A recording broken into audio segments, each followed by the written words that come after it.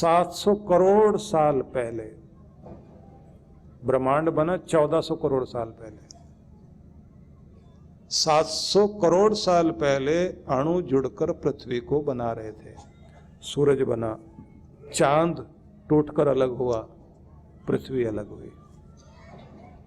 एक टुकड़ा इतने सारे समय तक लगातार 300-350 करोड़ साल लग गए। इसमें पानी और न जाने कितनी गैसें गिरती रही, धरती की परत ठंडी होती चली गई। और जैसे जैसे परत ठंडी होती जा रही थी, उसी के साथ इसमें फिर वनस्पतियां उगने लग गई, पेड़ पौधे, फल लगे। फल पहले आए, फिर खाने वाला आया, इंसान, जीव जंतु सब आ गए। क्योंकि भगवान भोजन पहले देता है, खाने वाले को बाद में बुलाता है। माँ के पास दूध पहले देता है, उसे पीने वाला बाद में जन्म लेता है। 1 महीना 1.5 महीना पहले ही दूध भगवान भेज देते हैं कि तुम्हारा बच्चा जन्म लेगा, तो उसका भोजन दिया जा रहा है। इसलिए कहते हैं जब दांत न थे तब दूध दियो। जब तुम्हारे मुख में दांत नहीं थे तो तुम्हें भगवान ने पहले ही व्यवस्था कर दी कि ये दांत नहीं है तो और तो कुछ खा नहीं पाएगा, इसका भोजन दूध के रूप में दिया जाए। जब दांत न थे तब दूध दियो, जब दांत दिए तो अन्न भी दे है। जल में थल में पशु पक्षिन की सुधि लेहत है, सो तेरी भी ले है। काहे कि सोच करे मन मूर्ख, सोच करे कछु हाथ न आए है। कि चिंता मत कर, जब वो पशु पक्षी कीट पतंग सबको दे रहा है तो तुझे भी देगा, उसका भरोसा कर। तो कहा गया कि उस परब्रह्म परमेश्वर ने इस दुनिया में मनुष्य का भोजन पहले भेजा, फिर मनुष्य को भेजा। लेकिन जिसके कारण वह वाइब्रेशन हो रही थी, वह ध्वनि थी ओंकार की। और उससे वाइब्रेशन होते होते, उससे स्पंदन होते होते, पहले ध्वनि, शब्द, ध्वनि से वाइब्रेशन, वाइब्रेशन से एनर्जी, एनर्जी आई तो लहरों के रूप में। वाइब्रेशन होते होते लहर बनी, लहरों से एनर्जी पैदा हुई, उस एनर्जी से फिर चीजें जुड़ते जुड़ते इस धरती पर चीजें बनी, मनुष्य आया और उसके बाद सृष्टि का संचालन शुरू हो गया। लेकिन समझने वाली बात है कि वह ध्वनि तब से लेकर आज भी उसी तरह गूंज रही है, वही वाइब्रेट करती है। समुद्र में लहरों को वही चला रही है, हवाओं को वही गतिमान करती है। वो इतने नियम से चलती है कि उसी के नियम के अनुसार सूरज समय पर उगता है, समय पर अस्त होता है, चांद सितारों में चमक है, और ऊपर से लेकर नीचे तक सब में आकर्षण शक्ति है। चंद्रमा अपनी तरफ खींच रहा है पृथ्वी को, पृथ्वी अपनी तरफ खींच रही है। गुरुत्वाकर्षण पृथ्वी में भी है, चंद्रमा में भी है। बीच का एक बिंदु है जहां दोनों आकर टकराते हैं, वहां जहां टकराते हैं वहीं से उनका बल बना हुआ है, एक दूसरे को अपनी तरफ खींचते हुए बैलेंस बना हुआ है। धरती अपनी जगह है, चंद्रमा अपनी जगह है, लेकिन उसके बाद भी घूम रहे हैं। और घूम भी ऐसे रहे हैं कि पृथ्वी सूरज के चारों तरफ और पृथ्वी के चारों तरफ चंद्रमा, आकर्षण शक्ति भी है। और घुमा कौन रहा है? वो जो ओंकार नाद गूंज रहा है, बस उससे वाइब्रेशन आ रही है। कहते हैं अगर उस परमात्मा से मिलना चाहते हो तो आप भी अपने अंदर वही ध्वनि गुंजाना शुरू कर दो और प्रकृति की लय में लय मिलाना शुरू कर दो। इस संगीत के साथ अपनी तान मिलाना शुरू कर दो। जब आप लय में लय मिलाओगे तो तुम्हारे अंदर आनंद पैदा होगा, और इस लय के नाद के अंतिम सिरे में चले जाओ जहां से ये आ रहा है कि वो है परब्रह्म परमेश्वर। जब तुम उससे जुड़ जाओगे तो तुम्हें ध्यान लगना, समाधि लगना शुरू हो जाएगा। और दूसरी तरफ कहते हैं कृष्ण भगवान कि उसे याद करते हुए, उसका उच्चारण करते हुए और मुझे स्मरण करते हुए मतलब अपने इष्ट देव को महत्व देना है आपने, इष्ट देव को ध्यान रखते हुए, क्योंकि उसके निर्देशन के अनुसार आप दुनिया जी रहे हो। कृष्ण भगवान ने कलयुग को कैसे जीना है ये अपने अवतार में बता दिया कि शकुनी भी मिलेगा तुम्हें, विदुर भी तुम्हें मिलेगा, सुदामा भी तुम्हें मिलेगा, किसके साथ कैसे बैठना है, और बड़े भी मिलेंगे, छोटे भी मिलेंगे, अभिमन्यु भी सामने होगा, भीष्म भी बड़ा होगा सामने होगा, और दादाजी से कैसे मिलना है, और जीव जंतु भी होंगे, उनके साथ कैसे मिलना है। तो कृष्ण भगवान जीव जंतुओं के प्रति कितने प्रेम से भरे हुए हैं। गौवें चराई, और जब रथ हाँका तो घोड़ों को प्यार किया, और जब विदुर के घर गए तो इतने सरल बन गए कि जैसे इनसे ज्यादा भोला दुनिया में है ही नहीं। और जब शकुनी के सामने पहुंचे तो शकुनी कहता है मुझे किसी से डर नहीं लगता, एक यही है, ये गड़बड़ करता है, इसको नहीं आना चाहिए, तुम इसे दूर रखना, बाकी देखो मैं क्या करता हूं।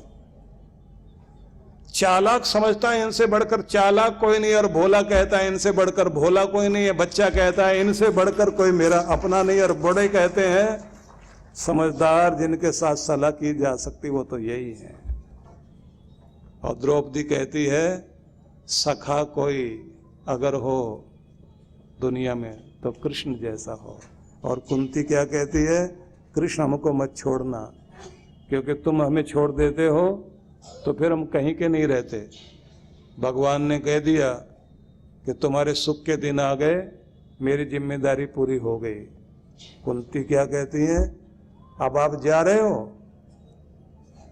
कृष्ण भगवान बोलते हैं द्वारिका जा रहा हूं, अपना कर्तव्य पूरा कर दिया, तुम्हारे बच्चों को राजपाट मिल गया है, ऐश्वर्य तुम्हारे पास आ गया है। कुंती कहती है तो फिर हमें एक काम करना, आप आशीर्वाद दो और हमारे लिए एक चीज दे दीजिए, दुख। क्यों? कुंती बुआ कृष्ण भगवान को कह रही हमारी झोली में दुख डाल दीजिए, क्योंकि सुख में तो आप छोड़ के चले जाते हो, दुख में तो साथ रहोगे, इसलिए हम तो आपको अपने साथ रखना चाहते हैं। और उधर भीम युधिष्ठिर सामने आ गए, अब जा रहे हैं कृष्ण? कहाँ जा रहे हैं? अच्छा आपने अर्जुन को तो गीता सुनाई, हमको क्यों नहीं सुनाई? एक गीता हमारे लिए भी कहो। तब भगवान कृष्ण ने अनुगीता उनके लिए भी कह दी, एक गीता उनके लिए भी कह दी। उसी गीता में वो भी आता है जो आप लोगों ने वो कहानी सुनी भी है कि कृष्ण भगवान सबको अलग अलग दिशाओं में भेजते हैं और कहते हैं जाओ दुनिया देख करके आओ, और जो कुछ खास विचित्र दिखाई दे वो आकर के बताओ। सब जगह ये सब लोग गए, उत्तर में गए हैं युधिष्ठिर, दक्षिण में गए हैं सहदेव, अलग अलग दिशा में गए ना। सबका सार बता देता हूं, क्योंकि कहानी कहने बैठ गए तो फिर ये असली विषय रह जाएगा। जब वो लौट कर आते हैं तो क्या बताते हैं? भीम ने कहा मैं जिधर गया था वहां मुझे तो बहुत विचित्र चीज दिखाई। कहाँ गए थे? पूरब दिशा में गए थे, तो वहां जाकर हमने देखा एक पेड़ के नीचे 9 घड़े रखे हुए हैं और सब के सब खाली, लेकिन एक घड़ा 10वां पानी से भरा हुआ। वो घड़ा जो है सबको भर रहा है, सब पानी मांग रहे हैं, और उस अकेले ने, लगता वो बराबर का ही है, लेकिन अकेले ने सब भर दिए। और जब वो खाली हो गया तो उसने कहा भैया मैं तो सब तुम्हें दे बैठा, अब थोड़ा थोड़ा तुम मुझे दो। उन्होंने दिया ही नहीं। हमने क्या देखा ये? कृष्ण भगवान बोले कलयुग देख लिया तुमने। 9 घड़े जो पानी मांग रहे थे वो बेटे थे, और वो जो भर रहा था वो बाप था। उस अकेले ने 9 का पेट भर दिया, लेकिन जब उस बाप ने 9 से मांगा थोड़ा थोड़ा मुझे भी दो, एक ने नहीं दिया, नालायक थे सारे के सारे। ये देगा वो देगा, ये ध्यान रखेगा, ये देख लिया तुमने। सुनाऊं कथा? तैयार हैं तो ये वाली भी सुना देता हूं।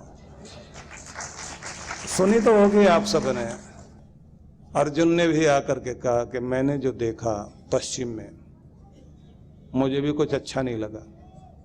क्या देख लिया? मैंने देखा कि 3 तालाब हैं, बीच में एक तालाब है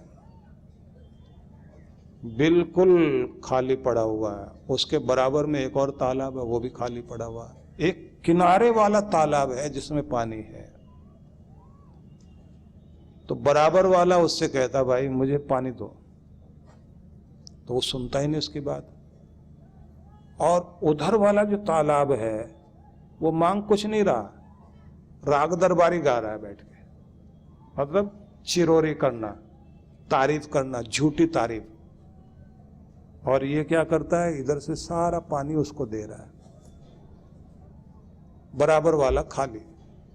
पूछा ये कौन है? बोले ये जो बराबर में जो पानी मांग रहा है ना, ये तो है भाई। ये 2 भाई हैं, एक के पास पानी है, दूसरे के पास नहीं है।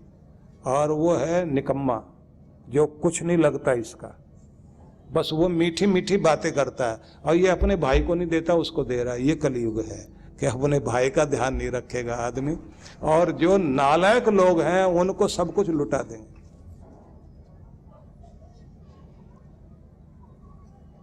नकुल सहदेव ने भी आकर बता दिया, हम भी गए थे तो हमने जो कुछ देखा वो भी बता देते हैं। बड़े बड़े मंत्र लिखे थे पंखों के ऊपर, और ऐसे ऐसे पक्षी देखे जो हंस थे लेकिन कीड़े मकोड़े खा रहे थे। तो हमें तो बहुत आश्चर्य हुआ। भगवान ने कहा कि ये ज्ञानी लोग हैं इस कलयुग के। प्रदर्शन बहुत बड़े बड़े बोर्ड लगे हुए होंगे, खाना पीना आचरण सब बिगड़ा हुआ होगा, हंस जो है मोती नहीं चुगेगा, कीड़े मकोड़े खाएगा, भगवान की तरफ नहीं जाएगा, दुनियादारी ऐश्वर्य की तरफ भटकता हुआ खुद भी भटकेगा और दुनिया को भटकाएगा। तो युधिष्ठिर महाराज बोले कि ये तो कलयुग बहुत खराब युग है, और दुनिया तो उसी तरफ जा रही है। भगवान ने पूछा कि तुमने भी कुछ देखा है? बोले मैंने तो और खराब चीज देखी है। क्या देखा? तो युधिष्ठिर बताते हैं, मैं उत्तर दिशा में जा रहा था हिमालय की तरफ, और हिमालय में ऊंची चोटी के पास मैंने देखा एक बहुत बड़ा भूखंड, एक शिलाखंड, बड़ी सी एक शिला ऊपर से लुढ़कती हुई नीचे की तरफ आ रही। और जब वो नीचे आ रही थी तो जैसे जैसे वो चट्टानों से टकराती थी तो आग लगती थी, जंगल जल रहा था, विनाश हो रहा था, जीव जंतु जलते जा रहे थे। और लग ये रहा था कि अगर ये लुढ़कती भी नीचे की तरफ चली गई ये चट्टान, तो बस्तियां तबाह कर देगी, चारों तरफ आग ही आग फैल जाएगी। लेकिन मैंने ये देखा कि वो गिरते गिरते गिरते गिरते नीचे जहाँ खाई थी वहाँ एक छोटा सा पौधा था, उसमें फूल लगे हुए थे। नन्ही सी टहनी पर आकर इतनी बड़ी चट्टान ऐसे टंगी रह गई जैसे किसी ने उंगली पे थाम लिया उसको, और उसके बाद शांति हो गई। भगवान कृष्ण से पूछे ये सब क्या था?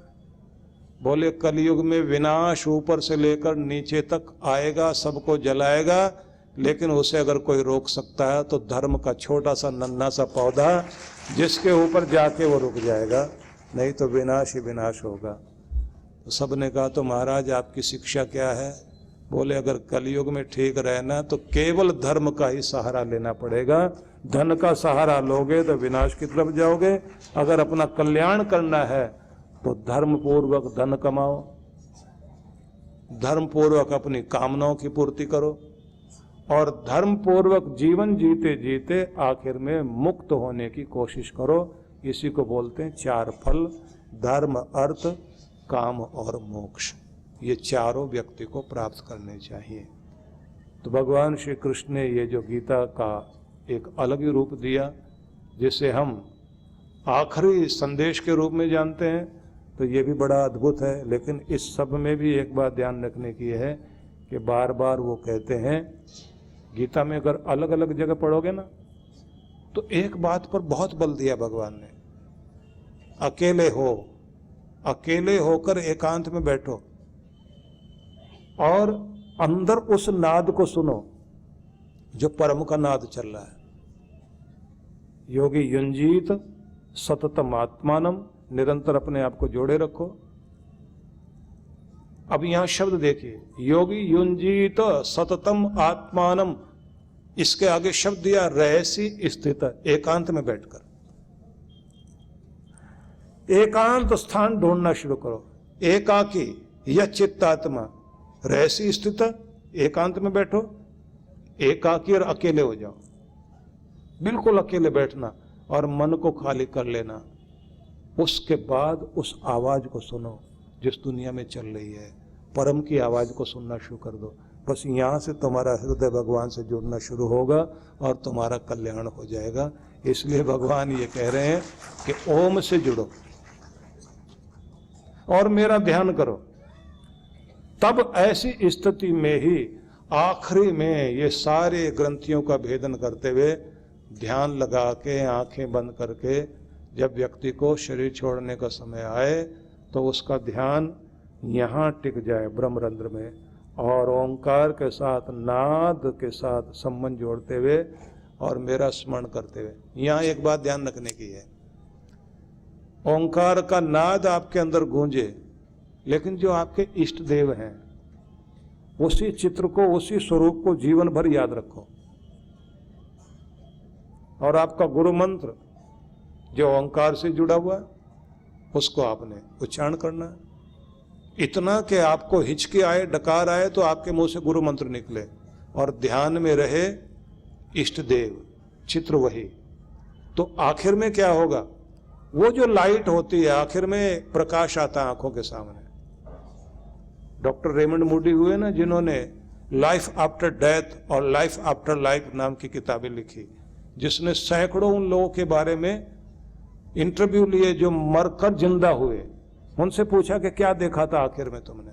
किसी ने कहा हमने ध्वनि सुनी, किसी ने कहा लाइट देखी।